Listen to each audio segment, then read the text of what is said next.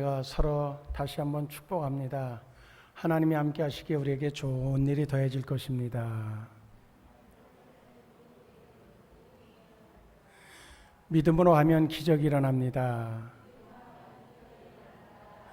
우리가 그리스도인으로 바로 살면 세상은 바뀝니다. 그리 될 줄로 믿습니다. 아이들이요, 장난감을 이제 보면 장난감을 막 사달라고 막 떼를 쓰죠. 근데 그 가격대가 요즘에 보면 참 보통 아니더라고요. 근데 아이들은 사달라고 막 그래요. 그럼 엄마가 설득하려고 이런저런 얘기를 할 때에 그 아이는 거의 공통적으로 아이들이 하는 얘기는 한마디예요. 아유, 내 친구 누구는 그 장난감 가지고 있단 말이야. 그 얘기. 걔가 가졌으니까 나도 가져야 된다는 거예요. 걔는 가졌는데 왜 나는 못 가져야 되느냐는 거예요. 네? 그러면 갑자기 순간적으로 엄마의 마음에 이 비교의식, 승부욕이 생겨요. 그러면 많은 경우가 사준다는 거죠. 청소년들이 패션도 마찬가지예요. 근데 참 이건 참 위험하기도 한데, 그래서 유명인들, 그리고 연예인들, 특히 연예인들이 어떤 옷을 입느냐에 따라서 그 사회의 청소년들이 순식간에 똑같아져요. 그러니까 그들이 어떤 정체성을 가지고, 그리고 또한 사회에 일어날 파장을 생각하면서 좀 패션도 입으면 참 좋겠다, 그런 생각을 갖기도 해요. 청소년들이 누가 무슨 옷을 입었다, 그리고 유명 연예인이 뭐 입었다 그러면 그거 자기가 입지 않으면 시대에 뒤떨어진 것 같은 거예요. 그래서 그 옷을 꼭 사야 돼요. 그러니까 심지어는 자기 부모님 안 계실 때에 지갑에 손을 대기도 하고, 그리고 그것을 사기 위해서 알바를 하기도 하고 뭐 그런단 말이죠. 그럼 어른들은 안 그러냐? 어른들도 뭐 다를 바가 없어요. 특히 자녀 교육을 하는 것에 있어서는 특별히 더해요. 어느 집 아이가 어떤 학원을 다닌다, 뭘 또 배운다 그러면 뭐 그 아이는 그 아이지, 뭐 걔 적성에 맞게끔 그걸 배우는 거니까 그 아이에 맞춰서 그걸 배우면 되는 거예요. 우리 아이는 또 잘하는 것이 있으면 그쪽의 것을 또 잘 발전시키면 돼요. 그런데 그렇지 않단 말이에요.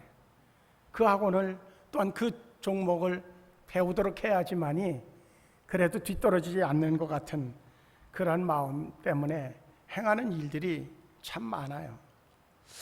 그런데 오늘 성경에 보면 로마서 12장 2절의 말씀을 통해 볼 때 그 1절에서는 왜 그래야 되는지를 명확하게 이야기해 주면서 2절에 보면 그렇게 얘기해. 너희는 이 세대를 본받지 말고, 그렇게 말. 이 세대를 본받지 말라는 거예요. 그런 것들을 따라하고 또 세상 사람들을 부러워하고 그러지 말아라. 3주 전에는 다니엘에 대한 말씀을 드렸습니다. 어떤 상황에도 이제 조금 후에도 다니엘에 대한 얘기를 한 번 더 하려고 합니다. 목숨을 잃을 수 있는 그런 상황이지만 그가 행했던 신앙적인 하나님과의 약속, 그리고 하나님 앞에서 행했던 것들을 멈추지 않았던 그 목숨을 내놓고 하는 그러한 신앙적 행위, 만약에 그 상황엔 다니엘이 아닌 나였다고 하면 나는 어떻게 할 것인가에 대한 물음을 제가 드렸었죠. 그리고 어찌해야 될지 알지 못하는 시대를 살아가면서 방법은 여러 가지 방법이 있겠지만 해답을 얻는 데는, 그러나 그것들이 다 우리가 생각한 것처럼 답이 딱딱 떨어지지 않아요. 요즘에 우리나라의 부동산 정책을 봐도 그걸 알 수 있어요. 그들은 대단한 석학들이잖아요. 전문가들이잖아요. 물론 그들의 마음속에 어떤 생각을 가지고 어떤 방향성을 가지고 하느냐 하는 것은 상당히 중요한 얘기겠지만, 전문가임에도 불구하고 오히려 전문가들이기 때문에 오히려 그 머리를 잘못 쓰게 되어지면 상당한 피해를 입힐 수 있지만, 어쨌든 나름대로의 최선을 다해서 끊임없이 발표하지만 끊임없이 그것으로 인한 어떤 이익보다는, 그리고 좋은 방향보다는 나쁜 방향으로 흘러가서 정말 안타까움을 자아내는 그런 모습들을 보거든요. 우리는 지금 이 시대를 살아가면서 우리에게 유일한 것이 있다고 하면 하나님에게 묻는 것이라고 하는 말씀을 드렸어요. 그것만이 우리에게 진정한 바른 지름길이요, 그리고 또한 가장 유익한 방법을 찾아낼 수 있는 길이라고 하는 말씀을 드렸어요. 그리고 지난주에 느헤미야서를 통하여서 우리가 할 수 있는 지금 최선의 모습은 무엇인가에 대한 말씀을 나눴죠. 진정으로 하나님 앞에 돌아가는 것, 하나님의 말씀 앞에 서는 것, 그리고 그 말씀 앞에 깨어져서 그래서 내가 지금 어떻게 살아야 되는지를 발견하고 그리고 그 삶을 살아가는 것, 그것이 우리가 할 수 있는 최선이라고 하는 말씀을 드렸습니다. 지금은 하나님의 성전으로 하나님의 말씀 앞에 모여들 때 그것만이 우리가 할 수 있는 어쩌면 최선의 모습임을 말씀을 드렸어요. 오늘은 로마서 12장 1절로 2절의 말씀을 통하여서 정말 그리스도인으로 살아가기, 이제 어찌 보면 이것이 옳은 것 같은데 그것도 아니에요, 저것이 옳은 것 같은데 그것도 아니에요. 그리고 금방 뭔가 쏠림 현상이 우리 사회에 너무너무나 급속도로 일어나요. 어떤 누구 한마디에 확 쏠리고, 또 그게 아닌 것 같으면 또 낙심했다가 또 누가 뭐 한마디 하면 또 확 쏠리고, 쏠림 현상이 너무 심해요.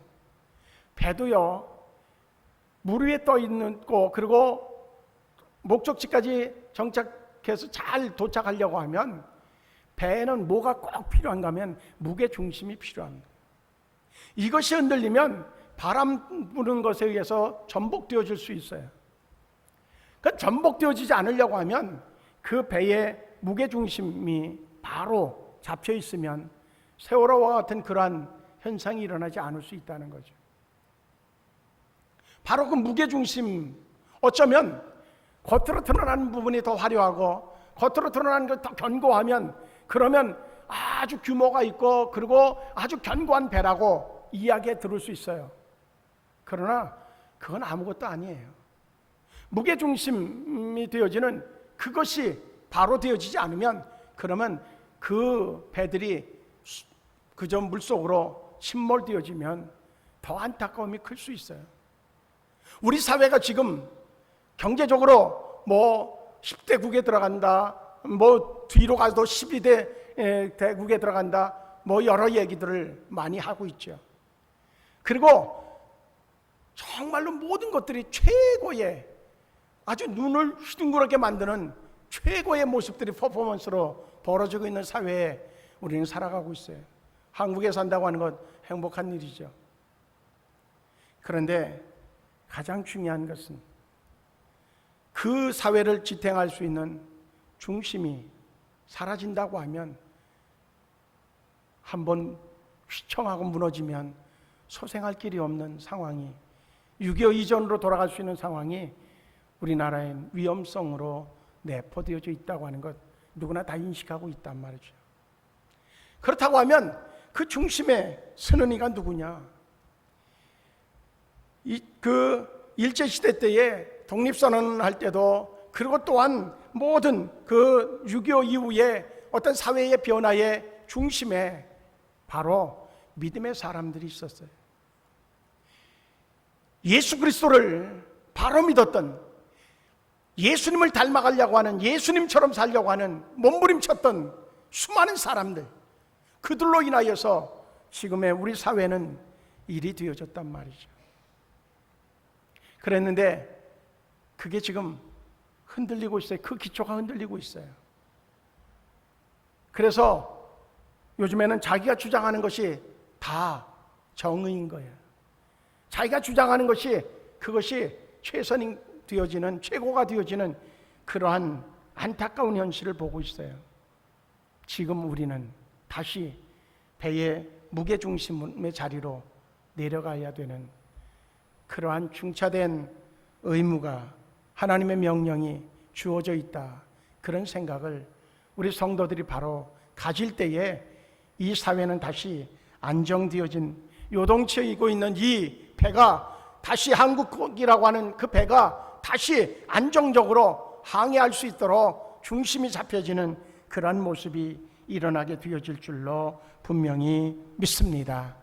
그러기 위해서 우리에게 필요한 것이 있어요. 오늘 본문의 말씀처럼 세대를 본받지 말라는 거죠. 또 하나는 우리 그리스도인들이 세상 사람들을 부러워하지 말라는 겁니다. 그리고 그리스도인다운 삶을 살아가야 됨을 말씀해 주고 있어요. 빌립보서 2장 15절의 말씀을 보면 빌립보 교인들에게 바울은 이렇게 말씀합니다. 이는 너희가 흠이 없고 순전하여 어그러지고 거스르는 세대 가운데서 하나님의 흠 없는 자녀로 세상에서 그들 가운데 빛들로 나타내며, 그렇게 말씀합니다. 예수님은 우리에게 빛이라고 얘기합니다. 소금이라고 얘기했어요. 빛이 빛의 역할을 하지 못하면 어둠으로 혼돈에 빠질 수밖에 없고, 소금이 소금의 역할을 하지 못하면 부패함으로 썩어지는 것이 되어줄 수밖에 없어요. 그렇기 때문에 때로는 제가 믿는 국회의원들에 대해서 아주 신랄하게 이야기하는 이유도 거기에 있습니다. 그들이 소금의 역할을 바로 하지 못하면 썩을 거예요.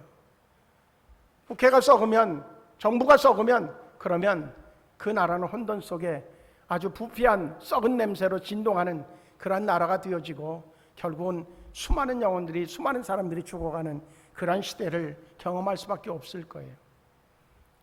썩어지면, 그러면 한쪽으로 흘러게 되어지면 분명한 것은 이 사회에 다시 민주화 운동이라고 하는 것으로 다시 불 붙고, 그러고선 잡혀가고 체류탄으로 그냥 온 사방을 뒤덮는 시대가 다시 올 수도 있어요. 지금 믿음의 사람들이 빛, 소금의 역할을 바로 하는, 그것이 필요한 시대가 지금이다라고 하는 소명감을 강력하게 갖습니다. 코로나19 시대에도 역시 마찬가지입니다. 정말 믿음의 사람들이 기지를 발휘할 때가 지금의 때이겠다, 그런 생각을 갖습니다. 베드로전서 2장 12절의 말씀, 너희가 이방인 중에서 행실을 선하게 가져 너희를 악행한다고 비방하는 자들로 하여금 너희 선한 일을 보고 권고하는 날에 하나님께 영광을 돌리게 하려 함이라, 그리 말씀합니다. 그리스도인들이라고 해서 세상에서 완전히 분리되어진 존재들이 아닙니다. 세상에 존재해야 돼요. 동시에 세상을 변화시키는 변혁자가 되어야 된다고 하는 거죠. 저들을 보면 우리가 도전을 받을 수밖에 없다. 저들을 보면 처음에는 우습게 여겼지만, 비웃었지만, 그러나 저들이 옳다고 이야기할 수 있는 그러한 시대를 속히 이끌어내야 되는데, 그러기 위해서는 우리 성도들이 지금 영적으로 무뎌진, 영적으로 어두워진, 영적으로 게으러진 지금의 상황에서는 아무런 영향력을 줄 수 없다는 겁니다. 예배를 드리지 말라고 하면 예배만 안 드리는 것으로, 순응하는 것으로 세상에 본이 되어지는 것이 아닙니다. 지금은 오히려 정말로 하나님 앞에 예배를 드리고, 그리고 바로 심령에 바른 자세를 가지고 낮아지고 겸손하면서 사람들에게 진정한 본을 보이는 모습이 필요한 시대를 살아갑니다. 왜 거기에 예배가 필요하냐? 예배 아니고서는 성도들이 성도다워질 수 없기 때문입니다. 지금 어찌 보면 그 사회 지도층의 그 좀 어떤 학식을 가지고 있는 사람들과 대화를 하면서 예수를 안 믿는 사람들에게 왜 예수를 안 믿느냐라고 물으면 그들의 대답 속에 이런 아픈 대답이 있습니다. 목사님, 가만히 보면요, 예수를 안 믿는 나하고요, 예수를 믿는 친구, 장로라고 하는 누구하고요, 비교해 보면요, 나하고 그하고 다를 게 없어요. 욕심도 똑같고요, 남의 걸 빼앗아서라도 내 거 만들려고 하는 거 똑같고요. 그런데 내가 꼭 예수를 믿어야만이 되는 건가요? 라고 하는 답변이에요. 아픈 답변이죠. 우리는 그런 시대를 지금 맞이하고 있지만, 그러나 우리에게 있어서 이 시대에 분명히 그리스도인으로 살아가는 그러한 삶에 대한 회복이 다시 깊게 묵상되어야 될 시기에 처해 있다, 그런 생각을 갖습니다. 세계 역사를 보면 하나 분명한 증명되어지는 사실이 있습니다. 그건 뭔가 하면 어떤 사회든지 예수 복음이 들어가면 사회가 변한다는 거죠. 어떤 방법으로, 건설적인 방법으로, 정말 좋은 방법으로, 풍요로운 방법으로 세상이 바뀌어진다는 겁니다. 조나단 에드워드나 또한 조지 휘필드라고 하는 설교가들이 미국의 대각성 운동을 일으킬 때가 있었습니다. 그 대각성 운동, 그때를 기점으로 해서 미국에 본격적으로 대학이 설립되어지고 미국이라는 사회가 달라지기 시작했어요. 교육의 눈이 띄어졌다는 거죠. 윌리엄 윌버포스라고 하는 사람이 영국에서 각성운동을 일으키고 난 이후에 노예 무역제도가 폐기되어지게 되어졌고 복음주의자들의 각성함으로 인하여서 노예 해방이 선포되어지기 시작했습니다. 한국도 123년 전에 복음이 들어오고 난 이후에 의료기술이 들어오기 시작했고 학교가 세워지기 시작했고 그리고 어둠의 땅이 밝은 땅으로 바뀌어지기 시작했습니다. 이게 복음의 역사입니다. 분명한 것은 그런 역할자가, 바로 그렇게 사회를 변화시키는 역할자가 바로 복음 안에 믿음을 가진 예수의 능력을 지닌 성도들을 통해서 이루어졌다고 하는 사실을 입증해 주고 있어요. 지금 서구 사회가요, 유럽도 그렇고 미국도 그렇고 뭔가 얼마 전에 성소피아 성당이 이슬람의 아주 본거지로 바뀌어지는 그런 아픈 현실을 보지만, 그러나 그들 사회는요, 예수 그리스도의 복음을 통하여서 사람들의 의식이 뭔가 정말로 겸손하게 섬김으로의 의식으로 이미 바뀌어져 있다고 하는 거죠. 교회가 무너지고 영적으로 어두워지고 그랬지만 그들에게 이미 뿌리 박혀 있는 그러한 예수 그리스도의 그러한 헌신의 자세가 그들 속에는 아직도 존재해 있다는 거예요. 그게 바로 힘이거든요. 물론 그들에게 정말 복음의 능력이 사라진 것은 안타까운 일일 수밖에 없고 다시 회복되어야 될 요소이기도 하지만, 그러나 우리 사회는 지금 3분의 1이 예수 그리스도를, 아니 작게 봐도 4분의 1이 예수 그리스도를 믿는 그런 엄청난 부흥의 역사가 일어났다고 하지만 아직 우리 사회는 바뀌지 않았어요. 의식의 전환이 이루어지지 않았다는 거죠. 이것은 뭘 얘기하는가 하면 우리는 빠른 시간 내에 부흥을 했지만 그러나 예수를 닮은 그리스도로 살아가기를 우리는 실행으로 옮기는 그 지점에 이르지 못했다고 하는 거예요. 우리가 그래서 이 시점에 그리스도인의 의미는 뭔지에 대해서 사도행전 11장 19절에서 26절에 나타나진 말씀을 통해서 한번 우리 스스로가 먼저 재고해 봐야 되겠다. 그리스도인이 누군가? 그리스도인이라고 하는 호칭이 안디옥 교회에서 처음 불려졌습니다. 안디옥은 예루살렘 북쪽으로 약 480km 떨어진 그런 도시이고 로마 제국 시하에서 시리아의 수도였습니다. 지금은 터키 영에 속해 있죠.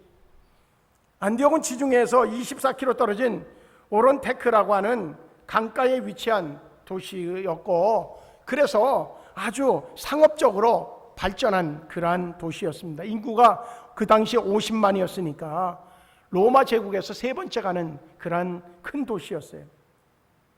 스데반이 순교하고 난 이후에 그리스도인 성도들이 흩어집니다. 그리고 그들이 어디로 흘러가는가 하면 이 안디옥까지, 시리아 안디옥까지 도피를 하게 되어져요. 그리고 그곳에 가서 다시 그 순교와 박해를 피해서 가서도 역시 숨죽여 있는 것이 아니라 그들 안에 있는 예수 그리스도의 복음이 그저 그들을 통해서 선포되기 시작해요. 그리고 그 지역의 변화를 일으켰습니다. 사도행전 11장 19절을 보면 그렇게 얘기하죠. 그때에 스데반의 일로 일어난 환난으로 말미암아 흩어진 자들이 베니게와 구브로와 안디옥까지 이르러 유대인에게만 말씀을 전하는데, 그렇게 말씀해요. 그런가 하면 25절 26절을 보면 바나바가 사울을 찾으러 다소에 가서 만남에 안디옥에 데리고 와서 둘이 교회에 1년간 모여 있어 큰 무리를 가르쳤고 제자들이 안디옥에서 비로소 그리스도인이라 일컬음을 받게 되었더라. 그리 말씀. 이 말씀을 근거로 하게 되면 1년 만에 안디옥에 그 이제 순교를 피해서 도망갔던 그 그리스도인들이 그 지역을 완벽하게 변화시켰다는 겁니다. 사람들이 보고 저 사람들이 누구지? 아니 저 사람들을 우리하고 좀 다른데? 예수쟁이들이구나, 그리스도인들이네, 저들이 오더니 우리 지역이 달라졌어 라고 이야기를 하면서 그들이 그리스도인이라고 하는 호칭을 붙이게 되어졌다는 거죠. 그러면 그런 그리스도인의 본질의 의미를 어떻게 우리는 풀어야 되는가? 우선적으로는요, 우리 스스로가 나는 그리스도에게 속한 자라고 하는 정체성이 확실해야 됩니다. 우리가 누구에게 속해 있다고요? 그리스도. 분명한 것은 나는 그리스도에게 속한 사람입니다. 우리 옆에 분들하고 인사하십시다. 이렇게 인사해요. 우리는 그리스도에게 속한 사람들입니다. 철저하게 그것이 아주 명확해야 돼요. 어떤 상황에도 나는 그리스도에게 속한 사람입니다. 나는 예수의 사람입니다. 바로 그 의식이 이들에게 있었다는 거죠. 스데반 집사가 순교하는 그 모습을 통해서, 그리고 핍박이 다가와지니까 피해서 안디옥까지 오긴 왔어도 그들에게서 바꿀 수 없는 하나의 분명한 사실은 나는 그리스도에게 속한 사람이다. 그 사실에 대한 명확한 정체성은 결코 잊어버릴 수가 없었어요. 그리고 바나바가 그곳에서 복음을 전하죠. 제자라고 하는 것은 예수님을 따르는 자라고 하는 의미가 있다고 하면 그들에게 1년 동안 뭘 가르쳤겠어요? 바로 예수님이 이렇게 말씀하셨습니다. 예수님이 우리에게 이렇게 살라고 합니다. 그것을 가르쳤어요. 1년 동안. 그러고 났는데 사람들이 바뀌었단 말이죠. 우리가 중요한 하나의 물음이 있어요. 그건 뭐냐면, 나는 성경의 말씀의 지식을 가진 자인가? 아니면 예수님이 내게 주신 말씀의 삶을 따르는 자인가? 라고 하는 물음입니다. 성경을 아무리 많이 외운다고 할지라도 그것이 그의 사람의 삶에 적용되어지지 않는다고 하면 그것은 단순히 지식일 뿐이에요. 그것 가지고서는 사람들을 변화시킬 수가 없어요. 우리는 어떻게든 간에 예수님의 삶을 배우는, 삶이 우리의 삶에서 옮겨지는 그런 예수님의 진정한 제자, 예수님을 진정으로 따르는 자가 되어질 수 있기를 주의 이름으로 축복합니다. 할렐루야. 우리 옆에 분들하고 인사해요. 우리 예수님처럼 삽시다. 예수님처럼 삽시다. 그래서 그리스도를 본받아라고 하는 책에 보면 또한 예수라고 하면 어떻게 했을까? 그리스도라고 하면 어떻게 했을까? 라고 하는 물음을 가진 그런 책들을 우리는 가끔씩 좀 제목이라도 마음에 담아두고 묵상할 필요성이 있습니다. 두 번째 그리스도인은 어떤 사람이냐? 그리스도를 증거하는 사람들입니다. 그들은 안디옥에 가서도 참을 수 없는 게 하나 있어요. 그건 뭐냐면 예수님이 죽은 자 가운데 살아나서 부활하셨고 그분이 하나님의 아들이라고 하는 사실을 전하지 않고 견딜 수가 없었어요. 그리스도인이라고 하면 명확한 것은 예수가 그리스도이심을 증언하는 자들입니다. 내가 믿을 것은 분명한 거, 내가 믿는 것뿐만 아니라 내가 믿고 있는 그 예수님을 전하는 자, 그가 바로 그리스도인인 줄로 믿습니다. 그들은요, 지금 어쩌면 정말 예수를 믿는다고 하는 그 사실 하나 때문에 자기 고향을 떠난 사람들입니다. 그럼에도 불구하고 그들은 예수를 전했어요. 지금 코로나19로 인하여서 우리가 모여지는 것들도 쉽지 않고 여러 형태로 쉽지 않습니다. 그럼에도 불구하고 이제 동성애법이, 사별금지법이 선포되어지고 그것이 제정되어지면 여러 가지로 제약이 있을지 몰라도 그럼에도 불구하고 우리는 예수를 증거하는 자가 되어질 때, 전도하는 자가 되어질 때 누가 기뻐해요? 하나님이 기뻐하시는 줄로 믿습니다. 그리고 그리스도인은 어떤 사람이냐? 고난도 감수할 줄 아는 사람입니다. 그들은요, 지금 어떻게 보면 그 숨어서 도망갔기 때문에 그 지역에 가서는 아주 숨죽이고 예수를 믿지 않는 것처럼 그렇게 있어야 될 거예요. 일반적으로 보면. 왜? 거기서 또 쫓겨나면 어디로 가겠어요? 그리고 잡혀서 죽으면 끝나는 거잖아요. 그런데 그들은요, 핍박도 감수하고 자신들이 그리스도인임을 드러내는 그 일을 멈추지 않았어요. 우리는 과연 우리에게 조그만 불이익이 다가오는 것 때문에 예수를 믿는 것을 드러내지 못하고 숨기고, 그리고 일부러 숨겨서라도 이익되어진다고 하면 예수 믿는 것을, 내가 직분을 가지고 있는 집사라고 하는 것, 권사라고 하는 것, 그것을 숨기고, 그리고 내 목적을 위하여서 정말로 그것만을 바라보는 그러한 생활은 하지 않았는가, 우리 자신들을 돌아봐야 될 줄로 믿습니다. 그런데 묘한 것은요, 상대방은 내가 예수 믿고 있는 걸 알거든요. 상대방은 내가 집사인 걸 알고 있거든요. 근데 그 사람이 모를 거라고 생각하고 내가 그저 아닌 것처럼 그렇게 행할 때에 그 사람이 볼 때 뭐라고 생각하겠어요? 아이고, 왜 저러면서도 믿지? 아니 꼭 저래야 되나? 그럴 거란 말이에요. 이제 예수 믿는 것을 드러내는 우리 생수 성도들 되어지기를 주의 이름으로 축복합니다. 할렐루야. 옆에 분들하고 오늘도 인사해요. 우리 예수 믿는 거 드러내며 삽시다. 떳떳하게 예수 믿는다고 이야기합시다. 떳떳하게 예수 믿는다고 얘기해요. 그것을 통해서 하나님이 우리에게 놀랍게 역사해 주심을 확실히 믿습니다.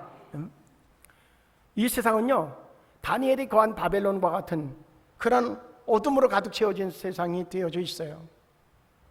뭐 요즘은요, 조금 자기 의견하고 다른 얘기했다, 그 부류하고 다른 얘기를 얘기했다, SNS나 이런 올렸다 그러면 전혀 알지 못하는 사람들이 막 공격이 들어와요.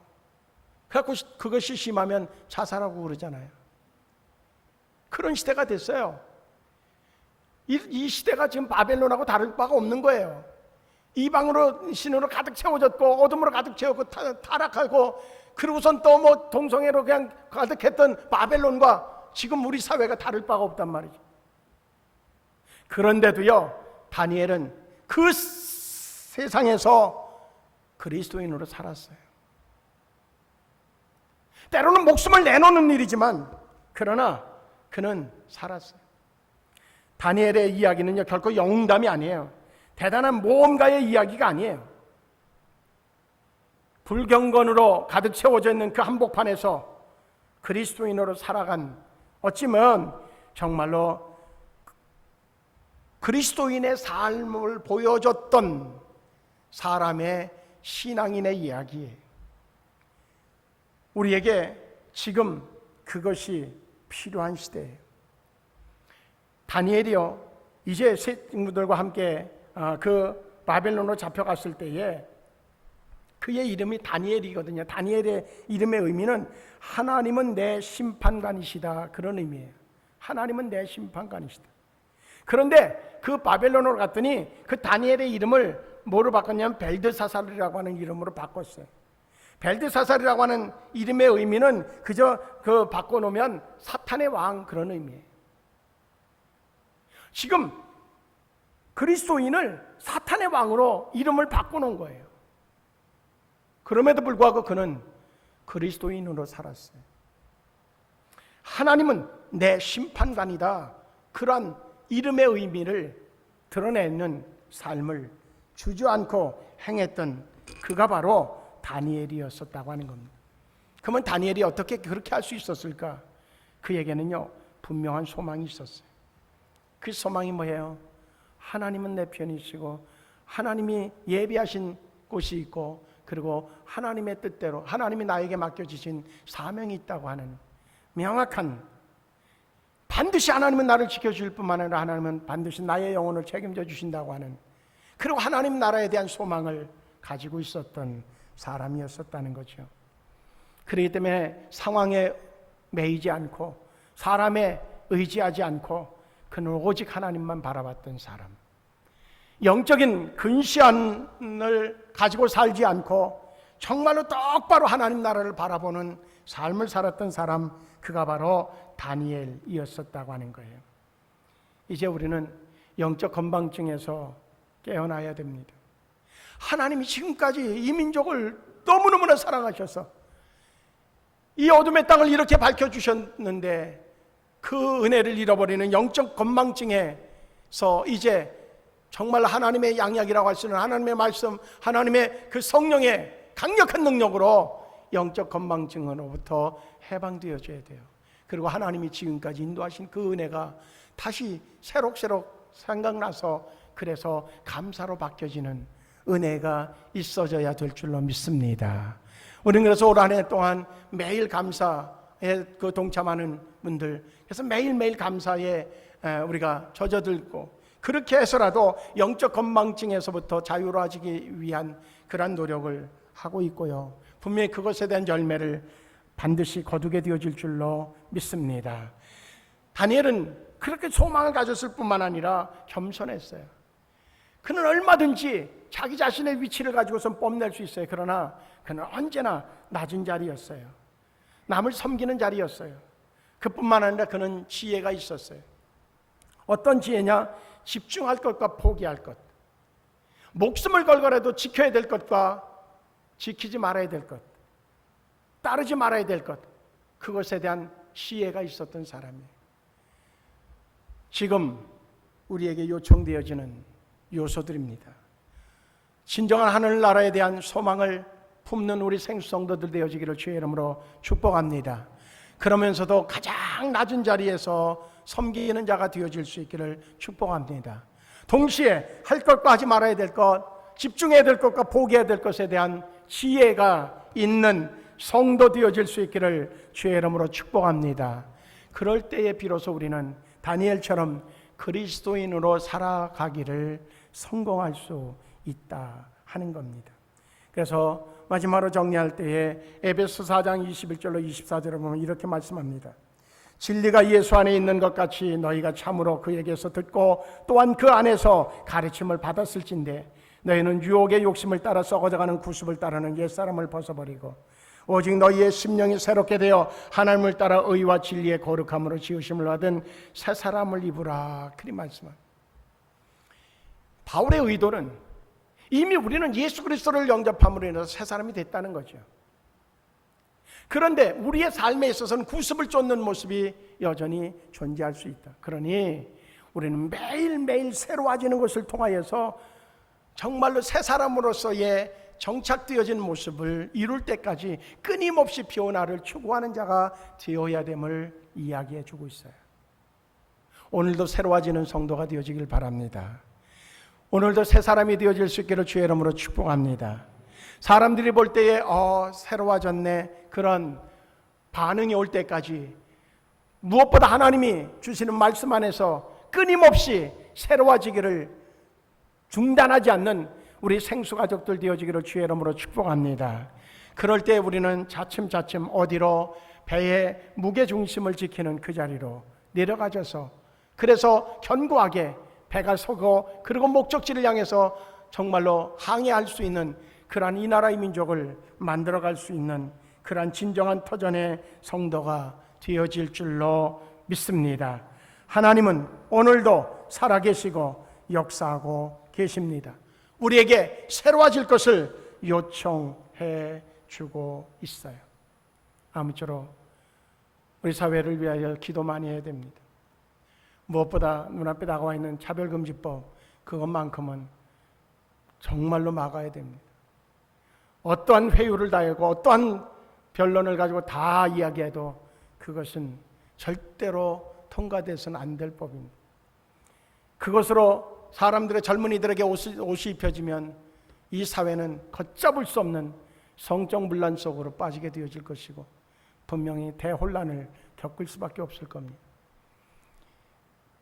이제 우리는 그것을 그저 몸으로 막는 것만 가지고서는 될 수 없고 우리가 그리스도인으로 살아가지면 이 사회는 차츰차츰 영적인 변화를 통하여서 이 사회의 외형적인 변화도 일어나게 될 줄로 확신하면서 우리부터라도 그리스도인으로 살아가는 그것에 승리자가 되어줄 수 있기를 주의 이름으로 축복합니다.